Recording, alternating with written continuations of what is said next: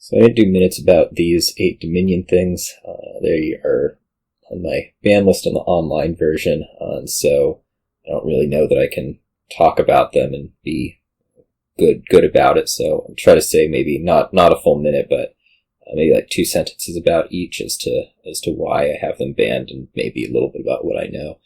Possession used to lead to a bunch of stalemates. It used to be that like you had a village and possession and a trasher, and that would be an automatic stalemate. They've removed that with the not second extra turn in a row, but there's still a bunch of things that don't work well with it, and so it's banned there.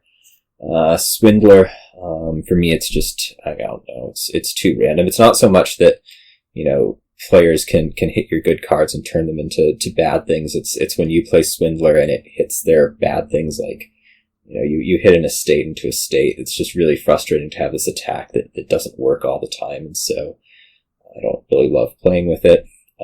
Flag Bearer has, I actually played with this like 3 times during my masked player and won all the games, so maybe I do know how to play with it, but it leads to kind of these unpleasant mini games where you're kind of exchanging this back and forth and not really doing anything productive, and it's rather unpleasant.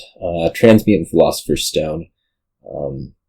These just don't do anything. I don't really hate that many cards, and so Transmutant Philosopher's Stone get onto the ban list just because they're useless. Cathedral, Project out of Renaissance. As I should mention, Alchemy, Intrigue, Renaissance, Alchemy. Project, Renaissance.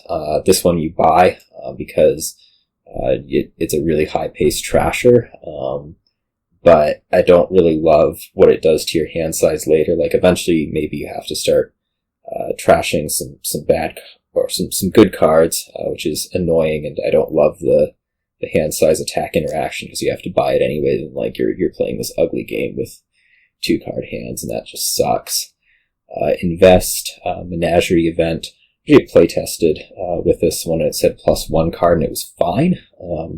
Instead, now it's this +2 cards where there's really irritating advantages that happen when you can get this kind of before your opponent, where they just get out ahead way too much from the invest thing happening.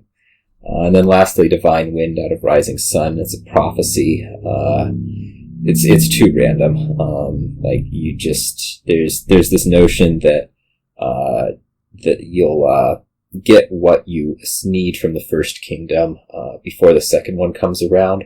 But you burn through these suns too fast for that to really happen. So you can't get everything you might potentially need.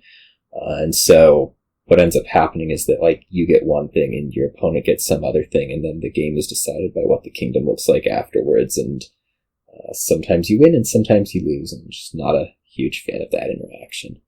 Anyways, these are the cards that you didn't see. That's why you didn't see them, and I don't know, maybe somebody else can talk about them to you.